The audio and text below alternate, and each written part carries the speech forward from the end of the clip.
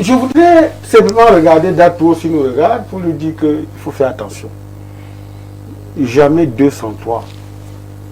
Le président ne l'aime pas en le nommant président de l'Assemblée nationale. Il a besoin de lui parce qu'il va présider la révision de la Constitution. N'est-ce pas? Il a besoin de lui. Qui commence cet après-midi. N'est-ce pas? Voilà. Qui commence cet après-midi. Parce que Dato est un élément, un cheval important pour aller jusqu'en décembre. Et cela va intervenir l'effet Camto. C'est un cadeau empoisonné parce qu'il peut arriver pour être président de l'Assemblée nationale pour continuer à être député. Oui. Il va arriver si Camto ne fait pas les niaiseries de 2020, hein, ce qui est sûr, c'est qu'on va poser un problème sérieux, n'est-ce pas, à Dato. Qui se souvienne? Toute la semaine, on a entendu dire que c'est une surprise. D'autres ont même dit que c'est une masterclass politique du président Paul Biya, le Sphinx, même Souley a utilisé cette expression-là, le champion du contre-pied, on ne voyait pas ça venir. Mais au-delà de ces réactions, comment on peut lire politiquement, quel impact politique pourrait avoir ces changements à la tête des parlements, professeur? Je pense que la semaine dernière, je vous ai parlé du cas exceptionnel, que la logique normale allait jouer, sauf cas exceptionnel. C'est plutôt l'hypothèse du cas exceptionnel qui a prévalu. Maintenant, chacun en fait la lecture qu'il veut. Pour certains, c'est effectivement une masterclass. Pour d'autres qui ne sont pas favorables au président Paul Biya, ils vont tenter de dévaloriser l'acte. Je pense que c'est aussi la prise en considération d'une situation. Peut-être a priori, le président voulait bien reconduire ses compagnons politiques qui lui ont manifesté de la fidélité ou de la loyauté, mais certaines conditions devenaient très difficiles. Et peut-être ce n'était pas aussi facile à tenir que cela. Bon, je sais qu'il y a des mauvais esprits qui ironisent en disant que le stylo qui a été donné par le très honorable Kava Yegui a été utilisé plutôt contre lui. Non, mais je ne pense pas que ce soit ça. Je pense que parce que beaucoup pensent que c'était une bourde. Hein. On peut toujours considérer ça comme tel, au vu du moment où ça se fait. Bon, maintenant, chacun apprécie comme il veut. D'accord. Valé Bessala, ces changements ont quelle portée? Ouais, la titaille qu'on a choisie, beaucoup essaient de coller ces changements-là à une approche politique pour, dit-on, paralyser Camto et Issa Tiroma. Vous, votre lecture, c'est laquelle?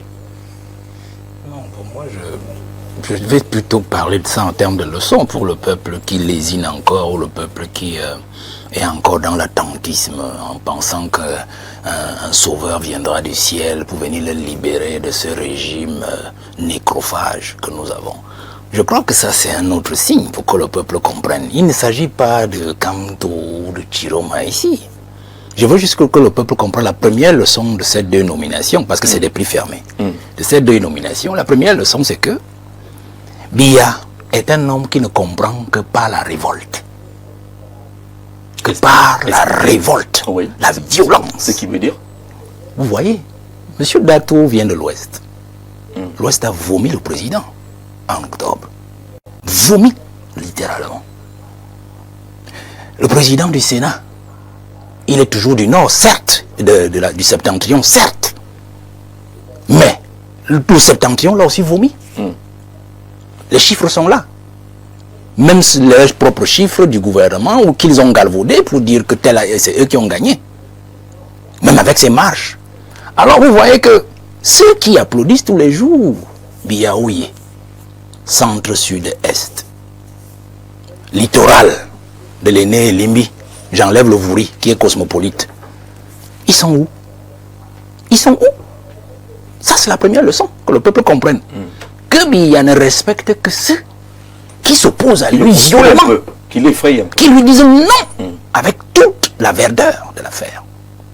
La deuxième leçon, c'est ceux qui se retrouvent dans l'air Ekambeti, là, les gens qui s'appellent Ekambeti. Je ne sais pas ce que ça veut dire.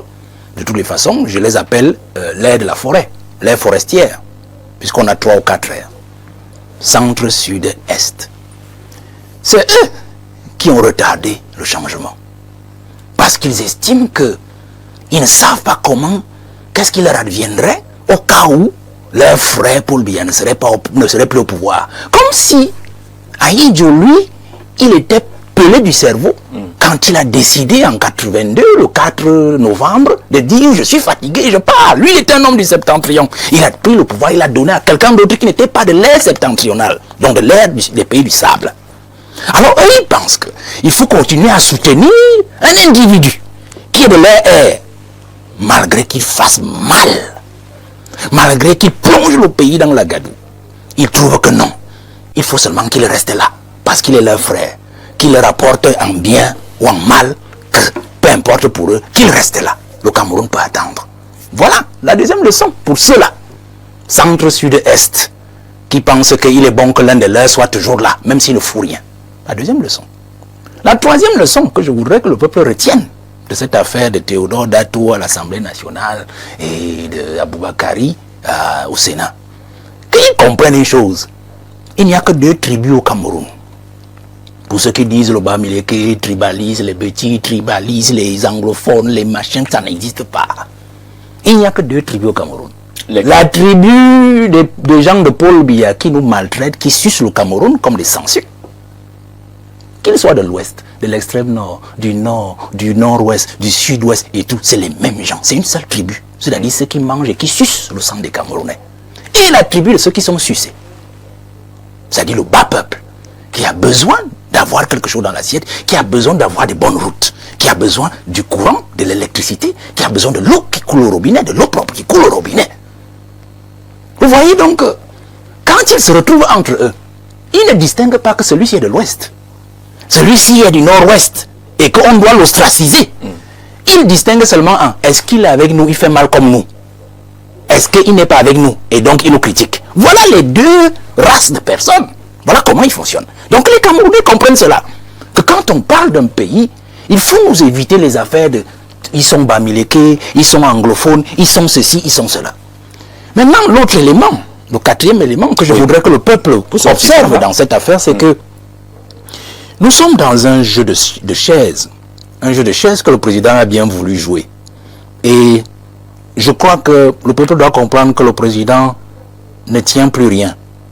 Et peut-être dans le peu de temps qu'il a dans la journée, où il peut être lucide, il a réussi à faire... Donc le il a réussi... Lucide, même la nuit. Il a réussi... Non, mais c'est mon rôle. Oui. Jean-Robert Wafo, le président est lucide. Il a réussi, dans ce petit moment de lucidité dans la journée, à concéder à ceux qui ont une influence sur lui, sur sa vieillesse, ce jeu de chaises. Je finis par là. Monsieur Datou, bon, on n'a pas besoin de vous rappeler d'où il vient. Quand je dis d'où il vient, ça ne s'agit pas de sa région. On parle de son réseau qu'il a amené là. Vous comprenez? Et on peut imaginer les influences, l'influence suprême autour du président, qui est celle que l'on connaît. Vous comprenez? Le président du Sénat, on sait aussi, parce que les gens, j'ai vu des gens qui parlent certainement du secrétaire général, la présidente de la République. Je crois que le président a donné l'impression au secrétaire général, la présidente de la République, il lui concédait que le président du Sénat, du moins l'actuel, puisse arriver là. Non, mais le président de la République connaît ce jeune homme. Il était jeune homme encore quand son père était encore le tout-puissant Lamido de Rebouba. Donc il a vu grandir le président du Sénat. Donc il est son fils en fait.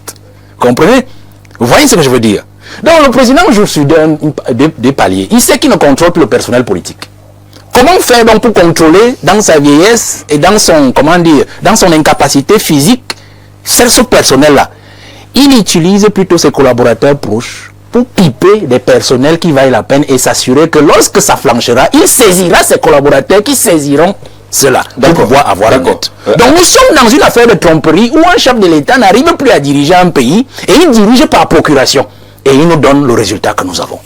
Merci Valère Bessala pour cette réponse-là. La question sur le Noyolo est posée depuis que ces actes ont été posés justement. Est-ce qu'il s'agit là d'une décision que le président ne pouvait plus éviter au regard soit des bourdes, mais également de la situation physico-sanitaire de ceux qui électaient à la tête de ces chambres parlementaires, où on est dans les calculs politiques qui répondent aux résultats de la dernière élection présidentielle? Je pense qu'il y a un peu de tout ça à la fois. Il faut quand même comprendre que les 2 institutions, l'Assemblée nationale et le Sénat, était quand même entre les mains de deux personnes devenues finalement invalides. Et ça ne pouvait plus, on ne pouvait plus continuer à présenter à la face du monde un président du Sénat qui était maintenu par l'aspirateur. Mais ce que je voudrais dire en parenthèse, pour rejoindre un peu Bessara, c'est que en réalité, Niat est un écran. C'est la nuit de Biya avec qui joue depuis pour préparer le premier vice-président aujourd'hui. Parce que depuis fait longtemps, le premier président, vice-président qui fait tout. Mais Niat, il est là simplement, il était là juste un faire-valoir. N'oublions pas que, comme Bessala l'a dit, le fils du père a été chargé de mission à la présidence de la République, il a été secrétaire général, il a été secrétaire d'État, donc il a été même membre du gouvernement. Donc il a un parcours que tout le monde connaît et qu'on préparait depuis. Maintenant, il y a une autre lecture. Pourquoi le président de la République ne fait pas la même chose? Il pouvait faire remplacer Niat par un ressortissant de l'Ouest. Ça veut dire qu'il vient de dire à la région de l'Ouest que vous n'êtes pas en mesure, n'est-ce pas, d'organiser ma succession. Puisqu'il vient de déposséder de l'ambition, de la préparation, n'est-ce pas, de la succession de Biya. Pourquoi le fait-il? Ce n'est pas, c'est à dessein qu'il le fait. Et aujourd'hui, je parlais même, n'est-ce pas, qu'il a réactivé l'axe nord-sud. Et c'est en cela qu'on peut singulièrement évoquer l'effet Chiroma. À savoir que, et peut-être même, si on va plus loin en grattant le vernis, peut-être que l'effet Chiroma a été voulu. Savoir comment le Grand Nord peut réagir à travers Chiroma et en profiter pour pousser le pion de Aboubakari Abdoulaye, qui est un homme de poigne, parce que son père n'était pas n'importe qui. Et je voudrais continuer à dire que on sait, il y a eu des photos qui ont circulé. Qui est-ce que Lamido a reçu en audience? Il a reçu une ou deux fois le fils du père, n'est-ce pas? Et on sait aussi, même comme Bessala ne le dit pas, que l'actuel... Donc, parce que le père a plusieurs fils. Il a reçu Franck Biya. Il a reçu Franck Biya. Voilà. Il a reçu ça va. D'accord. Donc, en réalité, ce n'est pas le fait du hasard. Et l'autre chose, Bessala ne le dit pas, mais disons ça, appelons Chacha, le réseau de Dato, c'est le réseau de la cuisine.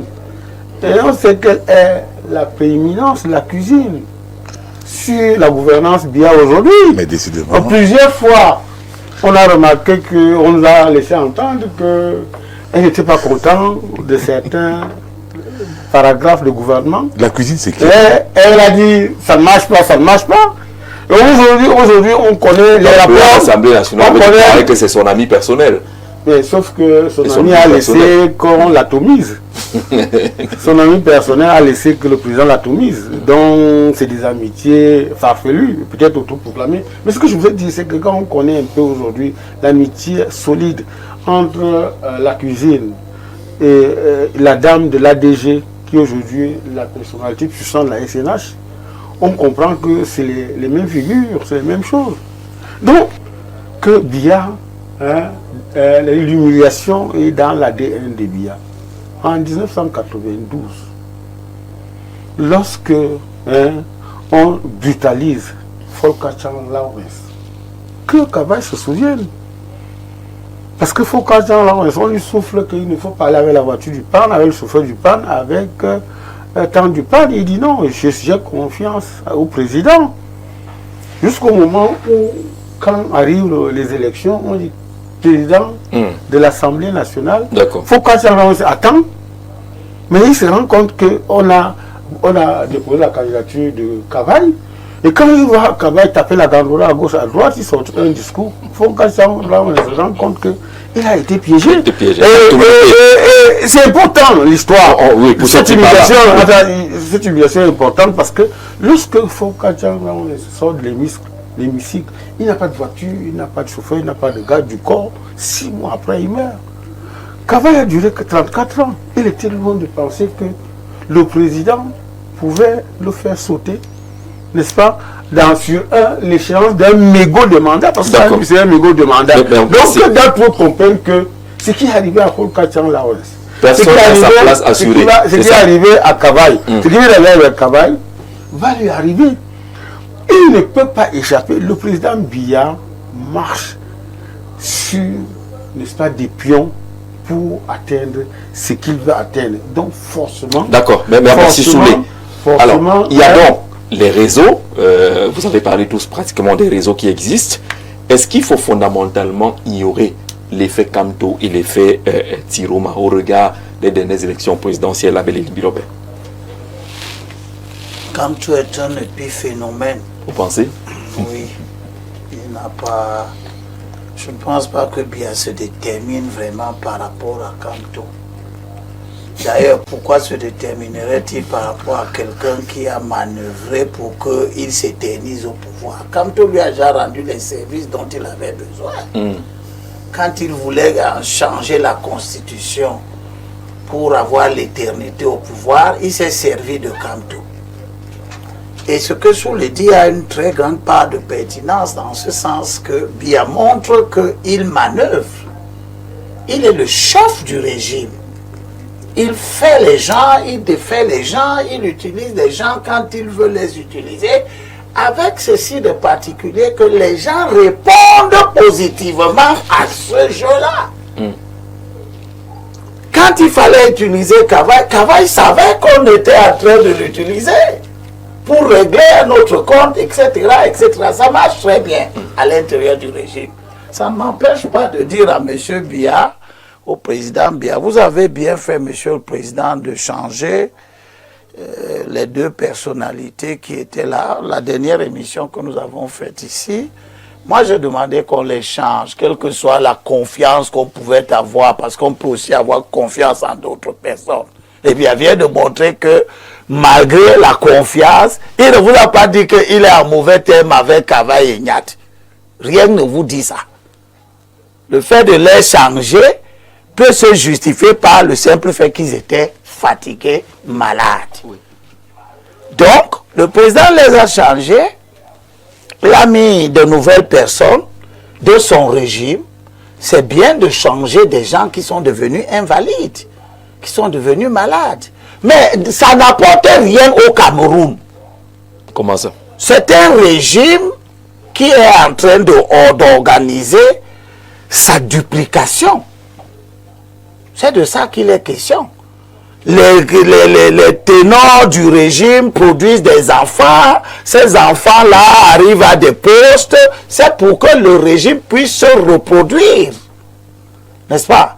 Et vous avez tous dit ici, Datuo, c'est un proche de feu Madame Mboucho, hein? Rosette Bouchon. Qui était mère, qui est la mère de Chantal. Et qui était maire de Bangou. Qui était mère de Bangou, n'est-ce pas?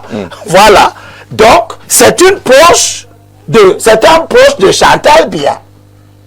C'est donc un personnage du système. Et c'est normal, c'est ce système. Parce qu'il était 4e vice-président. Voilà, c'est ce système, oui, c'est un personnage du système. On en avait déjà fait un député, on a fait un 4e vice-président, et on a besoin dans les manœuvres de lui. Et il ne va pas ne pas rendre service. Comme dit Soulé, s'il essaye de ne pas rendre service, s'il essaye de ne pas rendre le service qu'on veut, il sera neutralisé. Il n'y a personne dans ce système-là qui a la moindre capacité à faire quoi que ce soit contre le système. Donc chacun vient, il joue le rôle qu'on veut qu'il joue à un moment donné, et puis il s'en va. Et je leur conseille tous, lorsque vous partez, taisez-vous. Ah bon? Vous avez compris? Parce que quand on a essayé de commencer à bavarder, et on le sort du système parce qu'on veut qu'il joue un autre rôle, peut-être lui n'a pas compris. Il commence à trop bavarder. Il a donc vu qu'il est un homme du système. Et le système peut le neutraliser à tout moment. Et on l'a neutralisé. Il ne fera rien. Est-ce que... Donc ce n'est pas contre lui Oui. qu'on fait ce jeu de chaises musicales-là. C'est pour la préservation du système. Donc, le reste, en dehors du fait qu'on a enlevé 2 personnes dont l'image affectait toute la République, n'est-ce pas? Avoir des hautes personnalités comme ça, qui sont fatiguées, malades, avec des signes de sénilité qui nous ont beaucoup dérangés pendant la campagne électorale. Ce qu'on a vu le président de l'Assemblée nationale faire à Maroua montrait quand même que le président de l'Assemblée nationale est fatigué. Il fallait le changer, on l'a changé. Vous l'avez dit, ça ne nous rapporte... Vous l'avez déjà dit, Jean-Robert Ouafo, est-ce qu'on peut lier ces changements justement à la lecture profonde des résultats de la dernière élection présidentielle et dans la perspective des élections locales qui arrivent? On a cité Kamto, même si Abel Elibiro minimise son impact. On a cité Issa Tiroma pour le septentrion. Est-ce qu'on ne peut pas inscrire ces changements dans le cadre de la préparation des conclusions de la dernière élection et des préparations des prochaines? Je suis d'accord avec votre titraille là. Une très belle lecture de ce qui s'est passé. Je le dis en tant qu'homme politique. Bon ben, M. Limbilobel, lui, il est dans son registre, tout le monde le sait. Tout le monde maîtrise cela. C'est-à-dire pour lui, le professeur Kamto n'est rien, il est si machin, tout bon. Il est dans ces nuages là-bas, lui là. M. Limbilobel. Là, je dis, je suis d'accord. Quand on regarde, c'est-à-dire, il n'y a pas eu une révolution. Hein. Il n'y a pas eu de révolution dans ce qui s'est passé au Parlement là. Donc le changement des membres du bureau, bref, du moins de ceux qui sont à la tête, ne saurait être interprété comme une révolution. Parce que voyez-vous, parce que M. Soula a dit tout à l'heure que les 2 personnes, n'est-ce pas, les 2 anciens, oui.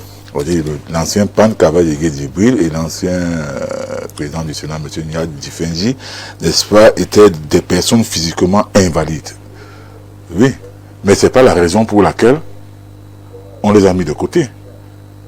Parce que si c'était la raison pour laquelle on les a mis de côté, c'est-à-dire, puisque vous avez dit qu'ils sont invalides, M. Bia devait être le premier à se mettre de côté. Si on s'en tient aux questions du poids de l'âge. Oui, mais ce serait logique. Oui, ce serait logique que ce soit d'abord M. Bia qui se mette de côté. Parce que je crois qu'il est le plus âgé de tous, donc de ces 3, de ce trio. Et puis, je vais poser un œil politique. Qui sont ceux qui sont arrivés? Monsieur Niat, qui est, puisque vous avez parlé, n'est-ce pas, de l'origine, qui est originaire de l'Ouest, il quitte, il cède la place à monsieur Aboubakari Abdoulaye. Monsieur Kaba-Yégué quitte, il cède la place à monsieur Théodore Dato. Vous voyez, on ne peut pas donner, il est difficile de donner du tort à monsieur Soudé qui parle de recomposition de l'axe nord-sud. Mais derrière ça, il ne faut pas seulement regarder ceux qui sont à la tête, ceux qu'on a propulsés à la tête. Parce que l'élément l'institution la plus importante au moment du crépuscule de ce régime, c'est le Sénat. C'est le Sénat. Ne regardez pas seulement la tête du Sénat. Parce que quand je parle du Sénat, c'est qu'en cas de vacances, généralement, c'est le président du Sénat qui assure l'intérim. Il ne faut pas regarder seulement le président. Qui est monté comme vice-présidente? Première vice-présidente. Une originaire de l'Est. Quelle est la fonction qu'elle occupait avant? Dans le bureau du Sénat. Elle était secrétaire du bureau. Oui. On l'a propulsée comme première vice-présidente. Et elle appartient à quel clan? Le clan est connu. C'est le clan des hautes instructions. Mais il faut le dire. Ça veut dire que quand la vacance va arriver, il n'est pas exclu que dès que la vacance va donc arriver, on va empêcher... Si la vacance arrive. Forcément, ça va arriver. d'école. Disons pas forcément, dès que la vacance forcément arriver, ça arrivera. Oui. Il n'y a nul n'est éternel sur terre. Voilà, il faut que ce soit clair. Dès que ça va arriver, c'est pour ça que je dis dès que ça va arriver. Ça peut ne pas arriver, ça peut être géré autrement. Il y a un projet de loi. Si c'est géré, il faut lire à l'Assemblée. Que ce soit un projet de loi, il ne sera pas éternel. Il ne sera pas éternel. L'actuel occupant du palais d'Etoudi ne sera pas éternel. Donc forcément, il y aura la vacance. Et d'ailleurs, que les textes même prévoient dans les mécanismes qui doivent suivre en cas de vacances. Je dis actuellement, vous avez parlé, je n'ai rien dit. Ces textes peuvent changer. Je dis, vous avez parlé, je n'ai rien dit. Soyons irresponsables sur ce plateau. Comme on a commencé, allons-y. Voilà. Ce n'est pas une très bonne chose de te laisser. Moi, je dis donc ceci, dès que la vacance va donc survenir, je ne suis pas sûr, personne n'est sûr que les grands dragons qui appartiennent à des gangs, parce que c'est même plus des clans. C'est plus les clans, c'est les gangs maintenant. Oui, maintenant c'est des gangs. Ça existe en politique, les gangs? Oui, mais bien sûr. D'accord. Bien sûr. Quand je parle des gangs, c'est-à-dire ce sont ceux qui sont prêts à tout pour arriver au pouvoir, pour qu'un de leurs arrive au pouvoir. Donc dès que la vacance va donc survenir, il n'est pas exclu que le lamido de Rebouba, que l'actuel président du Sénat, soit neutralisé. Et en cas de neutralisation, qui va assurer l'intérim? La vice-présidente. C'est la vice-présidente. Et elle est donc connectée à qui? À un gang. Le lamido n'est connecté à personne. Je peux dire, je parle de la vice-présidente. Oh là là. Et par rapport au lamido, c'est clair qu'on assiste, il y a quelqu'un qui l'a dit sur ce plateau, c'est le fils, n'est-ce pas, de M. Biya. Parce que son père était l'ami de M. Biya. Oui. Donc on assiste à une reproduction de l'élite dynastique, de l'élite gouvernante. Bon, c'est vrai qu'il y a un sur ce plateau qui n'en a pas bénéficié, du moins pour le moment.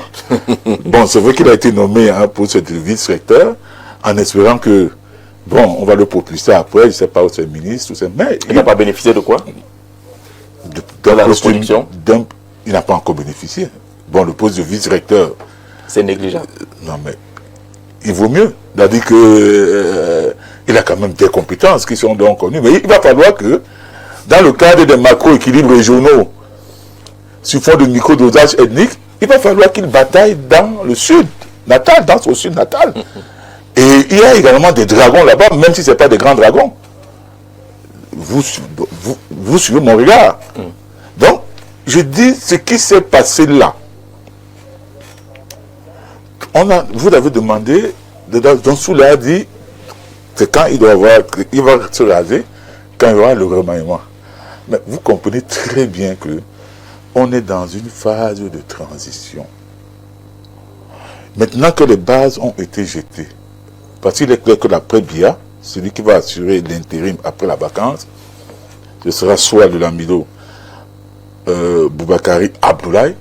S'il n'est pas neutralisé. Et s'il est neutralisé, ce sera madame, c'est Megala, qui est de l'Est. Ça, voilà le schéma qui se profile là à l'horizon. Maintenant, on observe que, pour le moment, les anglophones n'ont rien obtenu. Pour le moment.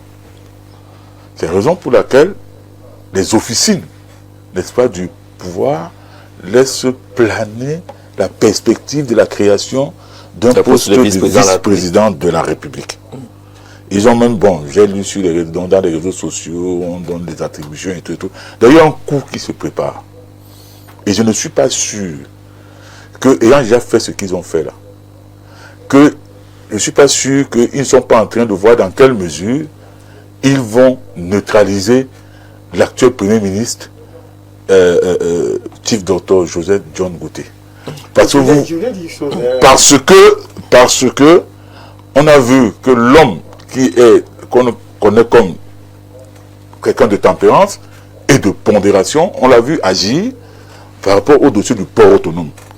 Alors, il a forcément fait donc des mécontents dans un gang. Je ne parle pas de clan, je parle de gang.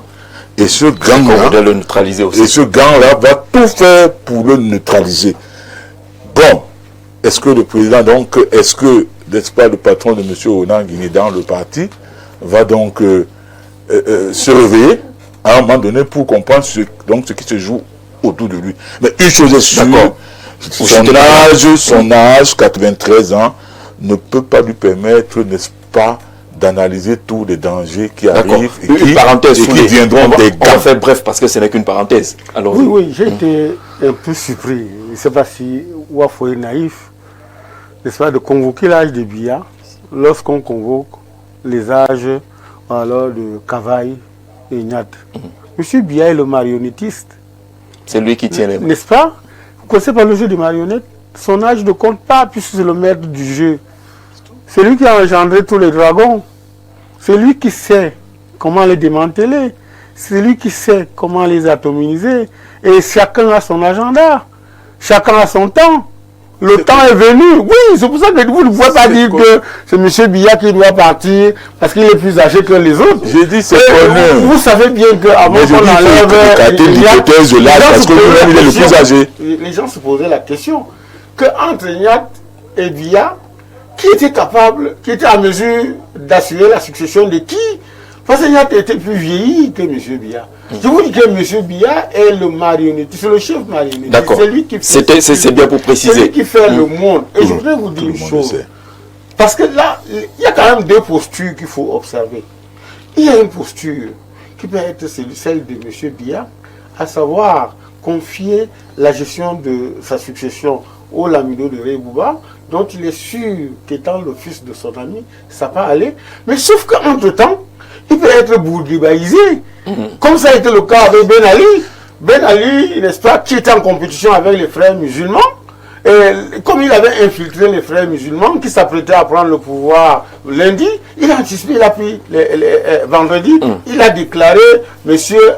Bourguiba sénile. Donc l'autre chose, c'est que si M. Biya accepte la création d'un poste de vice-président, n'est-ce pas, il a dit on a déjà dessiné son départ. D'accord, d'accord. Parce que ceux qui veulent le poste de vice-président sont des gens disqualifiés pour être compétiteurs, n'est-ce pas, à une quelconque élection, dans la mesure où, étant tous du RDPC, sachant que Biya reste le maître du jeu dans le RDPC, ils ne peuvent pas être membres du RDPC et candidater à une élection présidentielle. Merci, Souley. Mais pas à travers le biais de la vice-présidence, n'est-ce pas, il peut vider le pouvoir de Biya, n'est-ce pas, à savoir qu'on va donner certaines prérogatives au vice-président, et le vice-président ayant certaines prérogatives, parmi lesquelles, n'est-ce pas, le droit d'être dauphin, on va, n'est-ce pas, mettre M. Biya dans un asile pour le décréter sénile. D'accord, d'accord.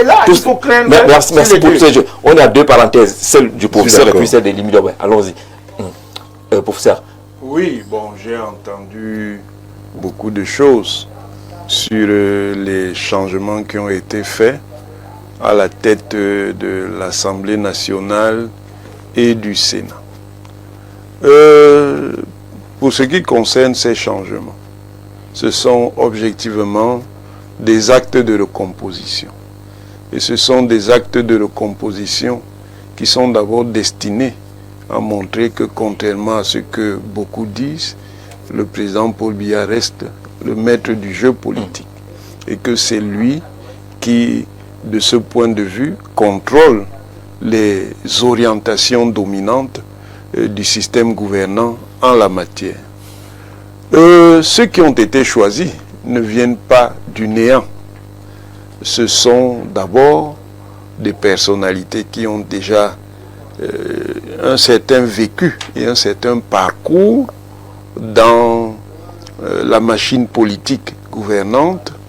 Comme vous l'avez dit, le Lamido de Reybouba a été secrétaire général du ministère, il a été secrétaire d'État avant de devenir premier vice-président du Sénat. Il est effectivement le fils de l'ancien Lamido, et l'ancien Lamido qui était assez proche du président Paul Biya. Donc il y a une relation particulière qui éclaire aussi cette évolution, ce qui ne lui enlève pas son mérite. Monsieur Dato a été d'abord député, il est ensuite devenu 4e vice-président de l'Assemblée nationale. C'est une personnalité qui est présente au sein du RDPC. Donc ce ne sont pas des gens qui viennent d'ailleurs, et il n'y a même d'ailleurs de ce point de vue-là aucune surprise. Le système ne peut pas, à un tel niveau de responsabilité, mettre des gens qu'il ne connaît pas. Maintenant, est-ce que, parce qu'il y a eu ces recompositions, ça annonce ce que certains ont l'habitude d'appeler une fin de règne?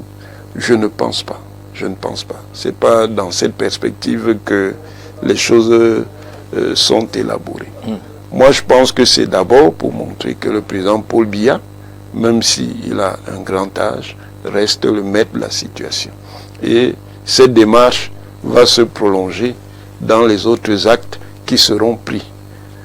Parce que d'une manière ou d'une autre, quel que soit le jeu des forces contraires et des pressions contraires, il y aura bien une recomposition qui va se jouer au niveau du gouvernement et au niveau d'un certain nombre d'entreprises publiques et parapubliques. D'accord. Pourquoi? Oui, parce que c'est une contrainte pour le système. Un système gouvernant doit toujours prendre en compte la donnée du temps. Or, l'un des aspects de cette donnée du temps, c'est qu'il y a des usures qui se jouent. Maintenant, pour terminer, je suis d'accord, je pense, avec M. Soulé Onoyolo. Évidemment que la position du président Paul Biya n'est pas la même que celle de ses associés politiques. Paul Biya est le maître central. Et de ce point de vue, sa position statutaire ne peut pas être comparée à celle des autres. D'accord. Si ce n'est pas fin de règne, on peut quand même comprendre que les enjeux de la succession sont ouverts, ça se joue au regard de ces choix.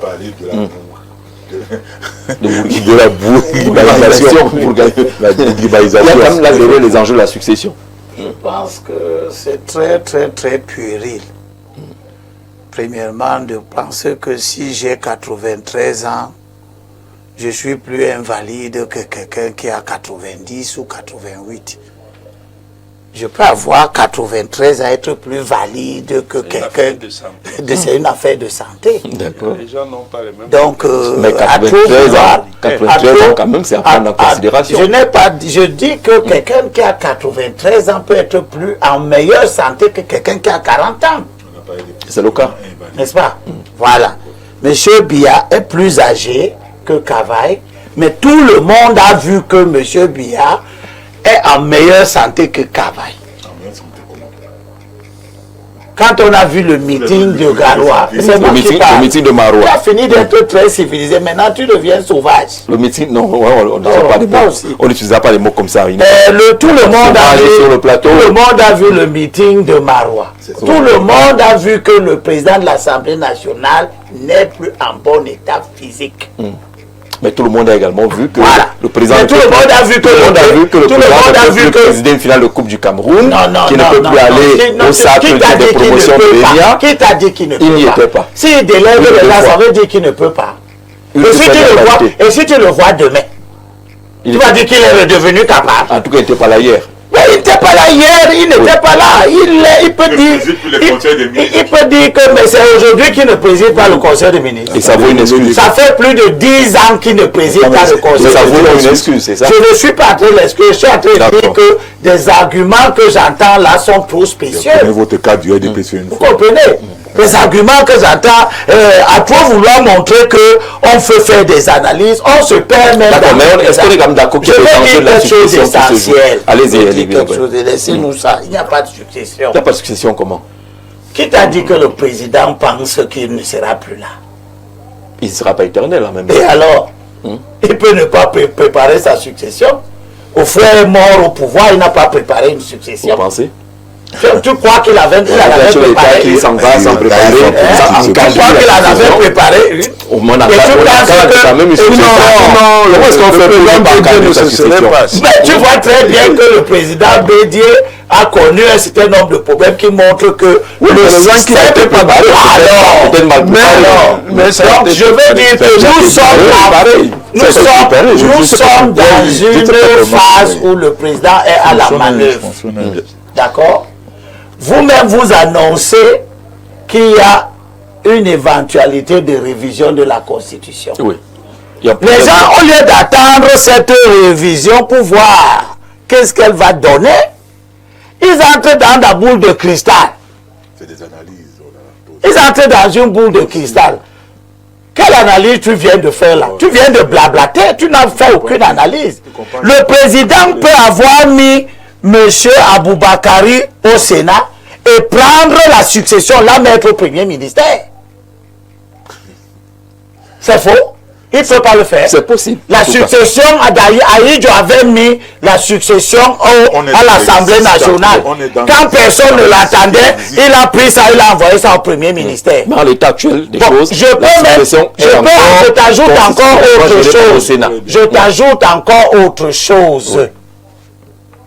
Le Conseil économique et social peut être réactivé. Il est en hibernation. Et tu sais que le président du Conseil économique et social, c'est la 5e personnalité de la République. Tu es sûr que le président tout-puissant ne peut pas prendre la succession et l'envoyer ça au Conseil économique et social? Qu'est-ce que vous en savez? Monsieur Jean-Jacques Zé. N'en savez rien du tout. Jean-Jacques Zé. Donc il faut nous épargner de ce type de... Roger, le factuel. De commentaires. C'est qu'on a une constitution. On a encore une constitution qui a la matière de succession. Il y a encore une constitution. Voilà donc l'intolérance. C'est que vous évoquez un changement possible de constitution. Il y a encore la constitution, on reste encore sur oui, ça. Vous évoquez un changement possible de constitution qui risque de s'opérer cet après-midi. Et en même temps, vous dites la constitution est encore là. Comme si la situation va se passer entre maintenant et la fin de c'est des spéculations intellectuelles, des aventures. Vous avez que les autres réagissent à vos propos. Oui, professeur. Juste un mot rapide. Nous pouvons être d'accord qu'il y a déjà des actes qu'on peut, dans cette perspective-là, qualifier de manœuvres. Mais s'il y a donc ces actes qui sont des manœuvres politiques, rien ne dit que ceux-ci sont les actes d'une série qui s'est déjà achevée. Justement. Donc la série peut continuer et ce que M. Elimbi dit peut avoir du sens. D'accord. 30 secondes. Jean-Jacques Zé. C'est-à-dire que vous avez reproché au président Biya de ne pas clairement vous montrer un dauphin. Et il y a un signe, n'est-ce pas, de à qui il peut confier l'organisation de son Aidez-nous à voir ce signe-là. Ce signe-là est visible. J'ai parlé de la réactivation de l'axe Nord-Sud et j'ai parlé, n'est-ce pas, de ce qu'il confie l'organisation de sa succession à, n'est-ce pas, à l'enfant de son ami, qui a fait quand même un tour chez lui en tant que chargé de mission à la présidence de la République. Maintenant, je suis d'accord avec, quand je convoque la bourguibaïsation, c'est parce que j'estime qu'au niveau de la vice-présidence et de la révision de la Constitution, les dragons que le renouveau a engendré peuvent prendre, n'est-ce pas, la primeur sur lui et créer un poste de vice-président qui forcément peut mettre en difficulté, n'est-ce pas, la succession entre les mains du sénateur. Ça peut venir changer les choses. Mais pendant qu'on y est, Elimbi Lombe acceptait que nous acceptions que le président de la République aujourd'hui a montré un signe clair, à savoir qu'il fait plus confiance, n'est-ce pas, au septentrion, au fils de son ami, plutôt qu'à l'ouest, n'est-ce pas? Il a montré la preuve. C'est qu'il a dépossédé l'ouest, n'est-ce pas, de la présidence du Sénat. Et si il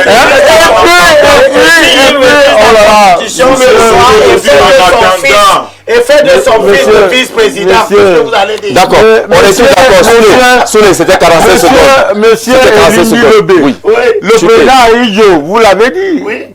Il pouvait changer M. Biya à la dernière minute. Nommer un autre monsieur Premier ministre. Oui. Il ne l'a pas fait. Oui. Et qu'est-ce qui vous dit que M. Biya lui-même ne peut pas laisser Bakari Abdoulaye continuer? D'accord. Qu'est-ce qui vous dit qu'il ne peut pas son fils? La parole à Valérie Sala. C'est ça qui montre que vous courez vite. Est-ce que vous le sentez, vous, non, c'est pas du coup. Permettez qu'on avance. J'attends de voir ce qu'il avance. Est-ce que vous ressentez, vous également, qu'il y a là un jeu de la succession qui est en train de se mettre en place, étant donné qu'on est peut-être d'accord avec le professeur, que la page n'est peut-être pas tournée. Il y a encore peut-être une suite qui arrive. La page de quoi? La page de la succession ou des discussions sur la succession? Oui. Non, mais attendez. Votre thème... Un élément nouveau pourrait se jouer avec la révision de la Constitution. Vous nous avez appelé à discuter aujourd'hui sur des faits.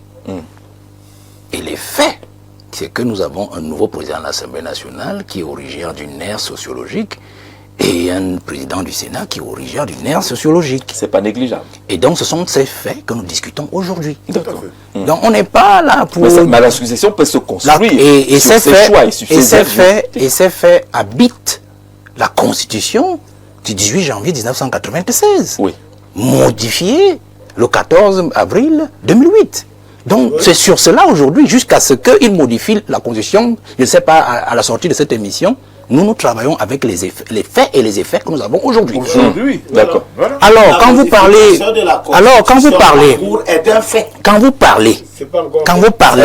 de la succession, il y a déjà un projet de loi là. Quand vous parlez de la succession, moi je vois à l'Assemblée et vous spéculez. Moi je vois l'acte du président comme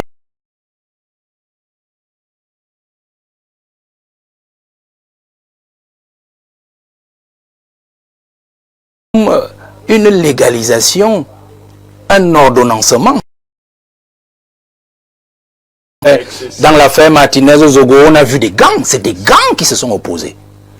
Dans l'affaire du Covid, on a vu des task force qui sont créées à la présidence, on a dépossédé des ministres de l'œuvre, le premier ministre a été carrément jeté aux orties, méprisé par tous, ainsi de suite. On a vu, c'est la succession qui se joue.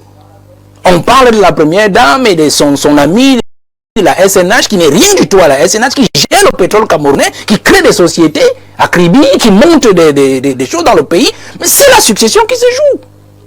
On voit les fils de la première dame qui sont dans les affaires de la canne, des marchés de la canne, Pichimi, McGill, on les a vus encore dans des histoires compliquées. C'est la succession. On voit les enfants du deuxième lit qu'on est en train d'habiller en cravate à chaque fois et qu'on met derrière le président, la caméra passe, il faut toujours qu'on les voit. C'est la succession. On a vu Macron arriver en 2023, le 26 et 27 juillet. On a vu comment on l'a présenté, Franck Biya, à ce monsieur. Et on a vu, c'est la succession. Mais c'était du brouhaha encore. On était encore là dans les affaires informelles. Maintenant, ça se structure. On a vu, sous les Ladi, il est né sous les Ladi. Le fils est sorti en 2023. Il est le 6 novembre, un jour qui dit tout au peuple camerounais, le jour de l'accession de son père. Il est allé d'abord, je crois, à Foumbal. Ensuite, il est allé voir celui qui est actuellement le président du Sénat, dans l'extrême nord. Dans le nord, pardon, à Rebouba. Vous voyez? Donc, nous sommes là dans les faits. Donc, le président, aujourd'hui, à travers les actes qu'il a déposés, est en train d'ordonner la succession. Parce que c'est le début. Sous réserve que la constitution que Elimbi lui attend arrive pour qu'il ait tous les éléments, lui, nous disons déjà qu'il a déjà commencé à ordonner le brouhaha de la succession. Si cela est dit, je peux poursuivre en disant ceci. Moi je crois, et là je m'adresse aux jeunes, c'est ma tasse de thé. Le président envoie un message aussi à la jeunesse. Il est en train de responsabiliser au niveau de la succession la génération intermédiaire. Il faut faire très attention. 64 ans, 66 ans. Oui. C'est la génération intermédiaire entre la sienne et ceux qu'il vient de chasser et entre celle-là et nous autres qui venons après. Vous comprenez? Donc il est en train de fixer l'ordre ou l'ordonnancement de la succession à cette génération intermédiaire. Mais politiquement, faites très attention. Quand un vieux de cet âge le fait, il est aussi en même temps en train de neutraliser cette génération.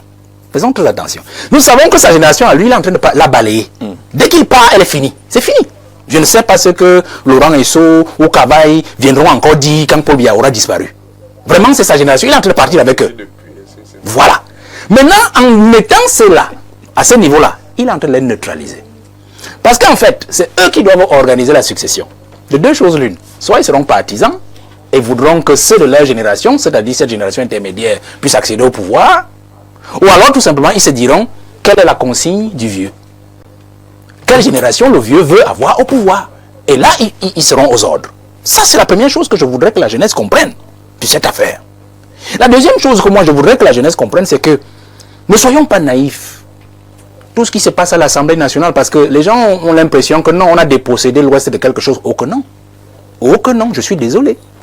Au contraire, certes, peut-être c'est comme figure de proue, de la succession, l'organisation de la succession, président du Sénat, c'est lui le successeur constitutionnel en cas de vacances, en cas de ceci. Mais faites attention, l'article 6.4. de la Constitution est clair. Hein. Le président de l'Assemblée nationale peut écrire à monsieur le président du Conseil constitutionnel pour constater la vacance. Prenez n'importe quel président de l'Assemblée nationale placé là, il peut utiliser cette affaire-là s'il est détaché du réseau. Faites attention, vous comprenez? Donc l'Ouest à son mot a dit, et le président a tenu à protéger, à protéger l'Assemblée nationale de toute influence extérieure, parce qu'il doit savoir qui est à l'Assemblée nationale. Même si pour lui, c'est le fils de son ami qu'il met au Sénat. Mais je comprends la stratégie de l'homme. Puisqu'à l'Assemblée nationale, il n'a pas une grande main. Il pouvait pas. Il a rien étant, je crois qu'il est député, c'est ça? Il est premier vice-président. Il est député. Vous comprenez? Voilà ses amis. Pourquoi il n'a pas pris un type comme Hilarion Eton? Vous voyez? Mais il a préféré faire plaisir à sa cuisine. Et c'est une façon aussi de montrer que le président est lié, est sous influence lui-même. Parce que quand vous voyez, je pense que Soule a merveilleusement sorti les origines de M. Dato, du moins son réseau. Vous comprenez qu'en fait, le président a coupé la porte en deux. Je nomme au Sénat celui que je connais et qui me connaît, le fils de mon ami, et qui est aussi le fils de mon fils, enfin pardon, l'ami de mon fils. Vous comprenez? Mais je vous donne l'Assemblée nationale, c'est-à-dire le réseau que ma cuisine contrôle. Un originaire du réseau que ma cuisine contrôle. Jean-Robert. Ça veut dire ceci, j'ai fini. Ça veut dire ceci, j'ai fini. Ça veut dire que le président est en train de dire aussi à son épouse que tu as quand même voix au chapitre dans la succession. À l'Assemblée nationale, si ce n'est pas du grabuge là-bas, c'est à toi que je m'en prends parce que c'est ton filleul qui est dans ton réseau. On prend 45 secondes de temps de parole de Valère. Oui. Non, je suis d'accord avec l'analyse de Valère. Parce qu'il pose une question centrale. Qui va constater la vacance du pouvoir? Qu'est-ce que la loi dit?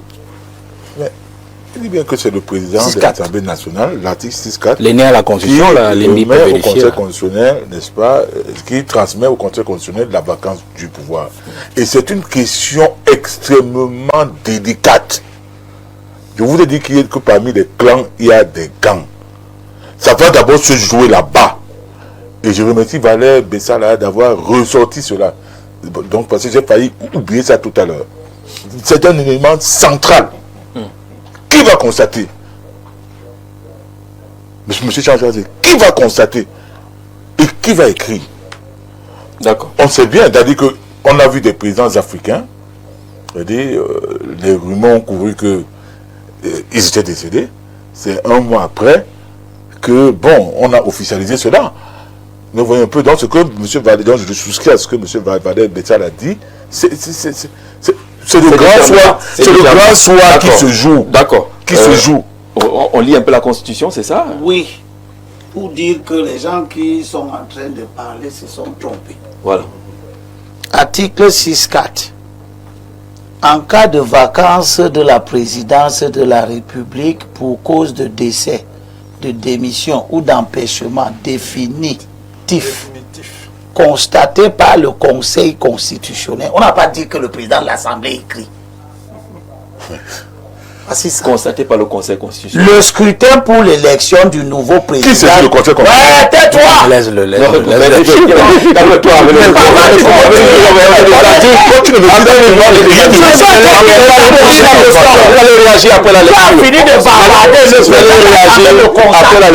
Voilà. En cas de vacance de la présidence de la République pour cause de décès, démission ou d'empêchement définitif constaté par le Conseil constitutionnel, le scrutin pour l'élection du nouveau président de la République doit impérativement avoir lieu 20 jours au moins et 120 jours au plus après l'ouverture de la vacance. L'intérim du président de la République est exercé de plein droit jusqu'à l'élection du nouveau président de la République par le président du Sénat. Et si ce dernier est à son tour empêché par son suppléant, est-ce que tu sais que ce président du Sénat qui fait l'intérim n'a pas le droit d'être candidat? Oui, ça aussi c'est clair. Et vous me parlez d'Axe Nord-Sud. Ça aussi c'est clair. D'accord.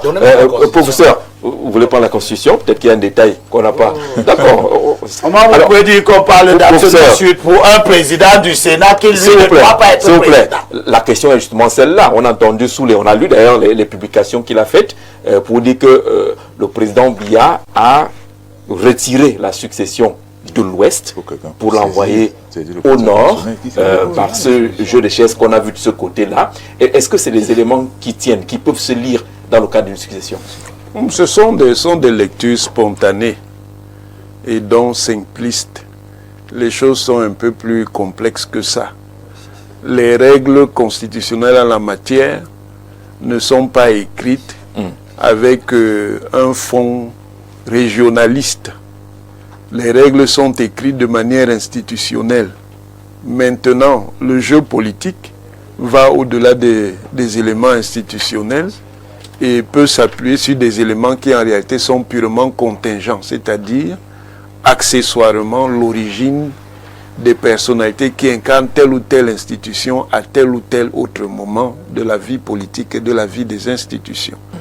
Donc, ça c'est la première chose. Deuxième chose, si on est d'accord, comme je l'ai dit tout à l'heure, que ces recompositions, avec l'arrivée d'un nouveau président du Sénat et d'un nouveau président de l'Assemblée nationale, si ce sont donc des manœuvres politiques, si ce sont des coups, pour utiliser le registre du jeu d'échecs, rien ne nous dit que ce sont les derniers actes d'une série de coups. Laissons les coups se déployer, c'est-à-dire laissons le jeu se déployer pour être en mesure de le lire de manière moins spéculative, avec des éléments plus objectifs. Pourquoi je dis ça? Parce qu'évidemment, il y a une spéculation en cours sur l'idée qu'il y aura un vice-président. Pour l'instant, c'est une spéculation, mais ça ne veut pas dire que ça ne va pas se faire. Maintenant, dire qu'il y a un vice-président ne nous dit pas de quel type de vice-président il s'agit. Je vous ai dit ici que le vice-président pouvait être un vice-président d'assistance, c'est-à-dire quelqu'un qui va accompagner le président dans l'exercice de ses fonctions, comme ça se fait en Côte d'Ivoire ou au Gabon. Ça peut aussi être un vice-président de vacances. En ce cas, ça suppose qu'il y aura une modification de la Constitution qui ferait que cette fois-là, ça ne serait plus le président du Sénat, ça serait le vice-président. Donc on n'a pas le contenu des coups. Attendons d'abord de voir ce qui va se faire. Mais vous êtes d'accord qu'il faut minimiser l'effet Kamtorou Tiroma? Je ne sais pas si c'est l'effet Kamtorou ou c'est l'effet Tiroma. Toujours est-il que la politique se fait en situation. Et la politique se fait avec les données factuelles de l'environnement dans lequel on se trouve. Le Cameroun est un pays multicommunautaire. Au-delà du fait qu'il a un lexique politique républicain, la réalité sociologique et anthropologique, c'est que c'est un pays multicommunautaire. Vous ne pouvez pas faire de politique concrète au Cameroun sans tenir compte de cela. D'accord. On va lire quelques messages. Bonjour le panel, très bonne émission. Je suis d'accord avec le guide. C'est la succession qui est l'objectif. Tout coïncide. La venue du pape pour les derniers sacrements au président, je ne sais pas de quoi vous parlez. Les changements stratégiques au Sénat et l'Assemblée nationale pour facilement introduire son second. L'heure est grave. Nous, Camerounais, devons faire très attention. Benz de Yaoundé. Merci pour le message. Bonjour Jean-Jacques Zé. Je crois que le remplaçant constitutionnel de Biya doit être plébiscité par le peuple camerounais. Le jeu de succession sur lequel vous débattez n'est qu'en réalité une mascarade au mépris de la volonté générale du peuple camerounais. Awina Lao, on attendra de voir ce qui est inscrit dans le projet de loi qui est introduit à l'Assemblée nationale. Bonjour le panel. J'aimerais savoir pourquoi vous n'invitez plus le professeur Baïbek. Dès qu'il est disponible, il sera sur notre plateau. C'est lui qui gère sa disponibilité. Jean-Jacques Zé, finalement, il y a le désordre, on n'arrive pas à bien vous écouter. Mario de Douala, il manque que vous n'êtes même pas encore au chapitre des désordres. Quand il y a le désordre, c'est même pas ce que vous êtes en train de dire là. Bonjour, très bonne émission, comme d'habitude. Félicitations à M. Bessala pour son doctorat. On dirait que ce titre de docteur l'inspire encore plus, car ses analyses sont encore plus mielleuses. Bon dimanche à vous. Vous écrivez depuis la Grande-Bretagne. Merci de participer au programme. Bonjour, bon dimanche. Docteur Valère Bessala s'est peut-être trompé sur la disposition de saisine du Conseil constitutionnel, même si l'analyse demeure pertinente. La disposition est issue de l'article 38 de la loi du 21 avril 2004 fixant l'organisation du fonctionnement du Conseil constitutionnel. Yannick Bakwet. Merci en tout cas pour la précision. C'est pour cela que vous êtes des acteurs importants de ce programme qui est participatif. Bonjour Monsieur Zé, je suis très d'accord avec Monsieur Elimbi Lobé. Nous ne pouvons savoir à l'état actuel, si effectivement le président Paul Biya prépare sa succession. Nous pouvons faire des analyses hypothétiques sans toutefois affirmer. Koto Mangan, Serge William, candidat à l'élection municipale dans la commune de Yabassi. Beaucoup de courage. Vous n'avez pas dit quel est votre parti politique du côté de Yabassi. Bonjour Jean-Jacques. Merci pour le plateau des sages. Vous allez investir du côté de Yabassi. Envoyez votre... Non, Kautal n'est pas un parti. Dans sa tête. Est-ce que Kautal est un parti? Dans sa tête, c'est un parti.